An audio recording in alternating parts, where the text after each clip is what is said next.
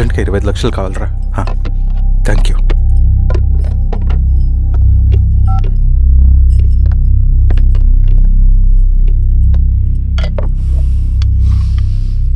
చాలు.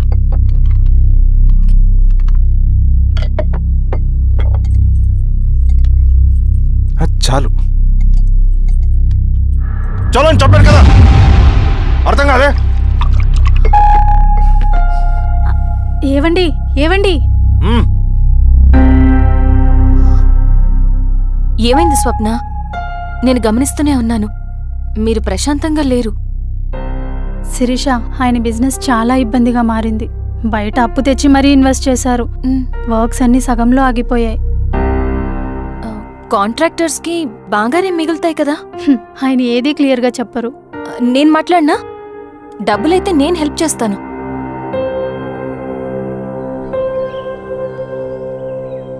అన్నయ్య, చెప్పమ్మా. మీరు డబ్బు గురించేదో ఇబ్బంది పడుతున్నారని అర్థమైంది. అవునమ్మా, ఈ ఏజెన్సీ కాంట్రాక్టర్ బతికే ఇంత ఏది సాఫీగా ఉండదు. అన్ని వైపుల నుంచి అడ్డంకులే. ప్రజల ప్రయోజనం కోసం బిల్డింగ్లు బ్రిడ్జ్లు కట్టాలి, అడ్డమైన వాళ్ళకి లంచం ఇచ్చుకోవాలి.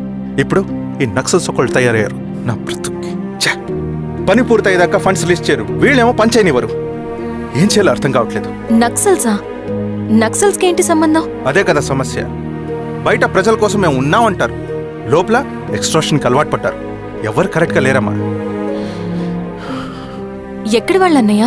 పినపాకం మండలం నక్సల్స్ 25 లక్షలు అడిగారు.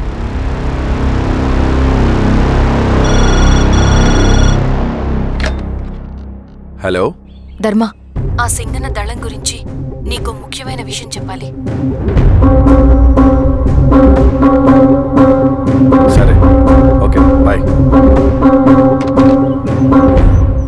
నీతో పర్సనల్గా మాట్లాడాలి. బయటకెళ్ళు. చెప్పు. అన్నయ్య చనిపోయిన తర్వాత ఎలక్షన్స్ లో పోటీ చేసిన నన్ను సింగన్న దళం కిడ్నాప్ చేశారు. కానీ అక్కడ ఒక వ్యక్తిని చూశాను. ఆ వ్యక్తిని అన్నయ్య చనిపోయే ముందు తన దగ్గర డబ్బులు తీసుకోవడం గమనించాను. ఆ క్షణమే సింగన్న దళంపై నాకు అనుమానం వచ్చింది. I'll take care.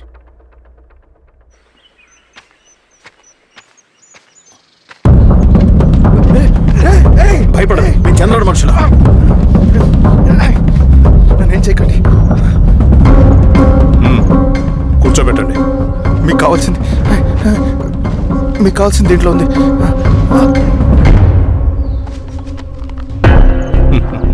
కాంట్రాక్టర్ డబ్బులు కదా, కొత్తగా ఉన్నాయి.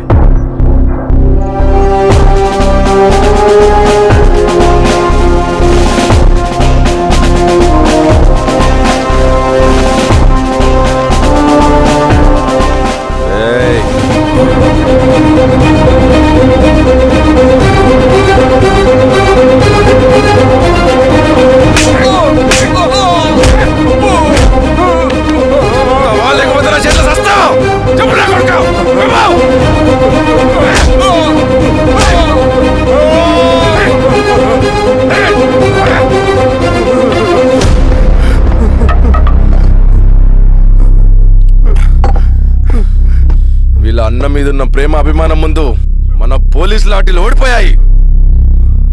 చంద్రన్ ఎన్కౌంటర్ ఎలాగూ పోతాడు. కానీ విచిత్రం ఏంటంటే వాడి భార్య నర్సమ్మ, కూతురు మమత, కొడుకు నరేష్ మరో ఎన్కౌంటర్లో పోవడం చాలా బ్యాడ్ న్యూస్. చెప్పు శిరీష, ఏం చేయమంటావు? నువ్వు ఒక డెసిషన్ తీసుకున్న తర్వాత ఎవరి మాట వినవు కదా. హే దాస్ సార్, రేపు మార్నింగ్ న్యూస్ పేపర్ వద్దని చెప్పు. సరే సార్. తెలిసిన విషయం మళ్ళీ చదవాలంటే చాలా బోరింగ్. నేను చెప్తాను సార్, జరిగింది మొత్తం నేను చెప్తాను సార్. సింగన్న దగ్గర నేను 20 సంవత్సరాల నుంచి పనిచేస్తున్నాడు సార్. పేదవాళ్ళ కోసం అన్న చేస్తున్న ఉద్యమంలో మేమందరం చాలా కష్టపడి పనిచేసేవాళ్ళం. కానీ ఒకరోజు నేను చెప్పినంత చెప్పి ఈశ్వర్ రెడ్డి దగ్గర 10 లక్షలు తీసుకురండి. దేనికన్నా ఇదంతా? దేనికేంటి? మొన్న ఆ కాంట్రాక్టర్ దగ్గర నుంచి, నిన్న బిల్డర్ దగ్గర నుంచి, ఈరోజు ఈశ్వర్ రెడ్డి దగ్గర నుంచి. అధికారం కోసం. డబ్బు ఉంటే అధికారం వస్తుంది, అధికారం ఉంటే డబ్బు వస్తుంది. నాకు రెండూ కావాలి. హిట్లర్ పెయింటర్ అవుదామని అకాడమీలో జాయిన్ అవ్వాలనుకున్నాడు, కానీ పనికిరాడని చెప్పి రిజెక్ట్ చేశారు. హిట్లర్ ఏం చేశాడు? నాజీ పార్టీ పెట్టి జూస్కి అగేన్స్ట్గా అందరినీ కూడగట్టి ప్రపంచాన్ని ఉనికిచ్చాడు. మొహమ్మద్ అలీ జిన్నా నేషనల్ కాంగ్రెస్ పార్టీలో ఎదగాలనుకున్నాడు, ఎప్పుడూ పట్టించుకోలేదు. ముస్లిం లీగ్ పార్టీ పెట్టి ఇండియాని రెండుగా చీల్చేశాడు. పాకిస్తాన్కి ప్రధానమంత్రి అయ్యాడు. ప్రపంచంలో ఎక్కడైనా సరే 2 కులాలు, 2 మతాలు, 2 ప్రాంతాల మధ్య చిచ్చు పెడితే చాలు, అధికారం వెతుకుంటూ మన కాళ్ళ దగ్గరకు వస్తుంది. జమ్మూ అండ్ కాశ్మీర్ నుంచి మహారాష్ట్ర, గుజరాత్ ఎక్కడైనా సరే, ఎవరైనా సరే ఇదే గేమ్. నేను అంతే, ఒక మామూలు కార్యకర్తగా దళంలో చేరాను నేను. కానీ ఈరోజు న్యూస్ పేపర్లు అయినా సరే, జనాల్లో అయినా సరే, ఎక్కడైనా సరే ఒకే పేరు, Singanna, Singanna, Singanna. And I love that. Naxals కొంటే ఈ అడవినే శాసిస్తాం, రాజకీయాల్లోకి వస్తే రాష్ట్రాన్ని శాసిస్తాం.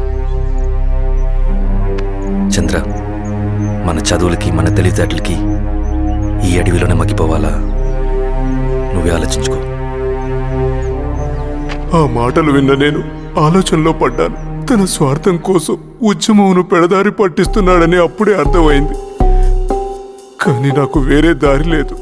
సింగన్న ఆదేశం ప్రకారం మేము వెంటనే వెళ్ళి ఈశ్వర్ రెడ్డిని కలిశాం. సింగన్న పార్టీ ఫండ్ కోసం 10 లక్షలు ఇమ్మన్నారు. ఆ డబ్బులు ఇస్తే రైతు కూలీ సమస్య ఉండదని చెప్పమన్నారు. అంత డబ్బా నేనెందుకు ఇవ్వాలి? నువ్వు గెలుస్తావనే భ్రమలో ఉన్నావు. ప్రజలంతా అమాయకులు కాదు రెడ్డి. ఈ ఊళ్ళో ఏం జరుగుతుందో నువ్వు మాకు చెప్పక్కర్లేదు. మీకు పార్టీ ఫండ్ ఇస్తే మాత్రం నేను గెలుస్తానని గ్యారంటీ ఏంటి? తప్పకుండా గెలుస్తావు. ఆలోచించుకో, తెలివైన వాడివి.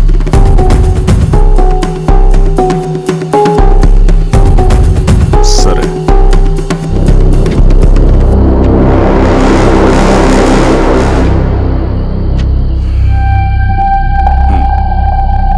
కానీ నాదో కండిషన్. నేను సింగన్ని పర్సనల్గా కలవాలి. చూస్తా, కానీ ఒక విషయం, ఈ మ్యాటర్ బయటికి రాకూడదు. జాగ్రత్త. సింగన్న స్ట్రాటజీ ప్రకారం మాకు ఈశ్వర్ రెడ్డి దగ్గర నుంచి డబ్బులు వచ్చాయి. అప్పుడు నరసింహుల్ని పిలిపించి, నువ్వు ఎలక్షన్ నుంచి విత్డ్రా అవ్వాలి నరసింహులు. విత్డ్రానా? 30 సంవత్సరాల తర్వాత వచ్చిన అవకాశం అన్నా ఇది. గెలిచే ఎన్నికల్లోంచి తప్పుకోమంటారేంటి? ఎందుకన్నా? నిన్ను ఈ ఎలక్షన్లో నిలబెట్టింది కమిటీయే, విత్డ్రా చేయమనేది కమిటీయే. సెంట్రల్ కమిటీ ఏం డిసైడ్ చేసినా అది మనం ఫాలో అవ్వాలి. మనకి వేరే ఆప్షన్ లేదు.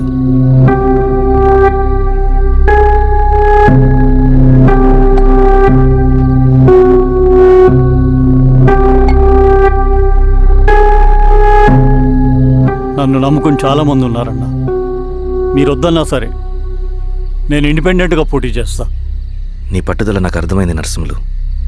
సెంట్రల్ కమిటీతో మరొకసారి నేను మాట్లాడతాను. కొంచెం వెయిట్ చేయి, తొందరపడద్దు. లాల్ సలాం. లాల్ సలాం. తన మాటకి ఎదురు చెప్పిన నరసింహుల్ని క్రూరంగా హత్య చేయించి ఆ హత్యను ఈశ్వర్ రెడ్డి చేయించాడని అందరినీ నమ్మించి ఆ తర్వాత ఈశ్వర్ రెడ్డిని కూడా. ఏంటి ఈశ్వరరెడ్డి గారు, కలుద్దామనుకున్నాం కానీ ఇలా కలుస్తామనుకోలేదు. ఏంటంత కోపం? ప్రజానాయకుడు నరసింహులు చంపినందుకు నీకు మరణదండనే. ఇంతకీ నన్ను ఎందుకు కలుద్దామనుకున్నావు? నర్సన్ చావుకి నాకు ఏ సంబంధం లేదు. నిన్ను కలిసి ఊరు సమస్యలు, ప్రజా సమస్యలు పరిష్కరించు. అడవికి సింహం రాజు, అడవైనా ఊరైనా ఈ సింగన్నే రాజు.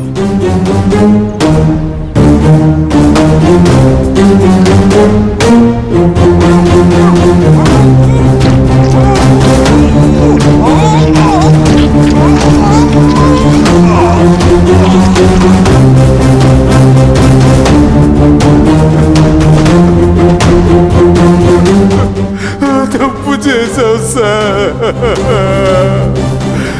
మొత్తం సింగన్నే చేశాడు. ఇంకా చెప్పాల్సింది ఏదైనా ఉందా?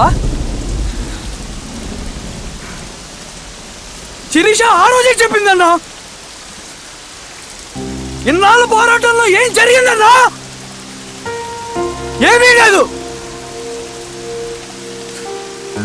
శిరీష వల్ల వాళ్ళ ఊర్లో రైతులకు భూములు వచ్చాయన్న. నీ వల్ల చాగి అన్యాయంగా గొంతు కోసుకున్నాడన్నా. నరసింహులు, ఈశ్వర్ రెడ్డి, ఇంకెందరో అమాయకులు నీ అధికార దాహం వల్ల బలైపోయారు.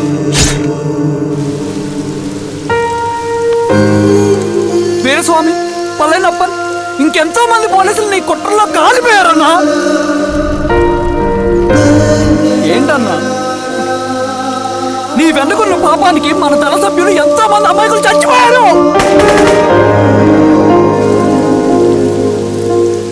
ఆ జనాలు అమాయకులన్నా. నువ్వు మాటలు చెప్పి రెచ్చగొడితే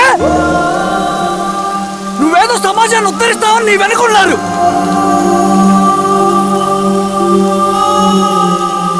వాళ్ళకి కావాల్సింది కరప్షన్ లేని సమాజం. అది ఊరైనా అడివైనా.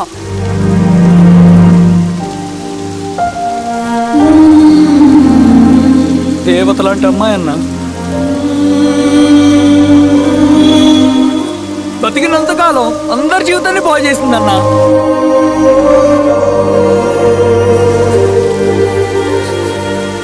నా చేతులతో చంపించావు, నన్ను మనిషిని కాకుండా చేశావు. ఈ జెండా అడ్డు పెట్టుకుని చేస్తున్న దురాఘాతాలు, ఈ సిద్ధాంతపు ముసుగులో జరుగుతున్న హింస, దోపిడీ, మోతు అన్నీ ఆగాలి, ఆగిపోవాలి.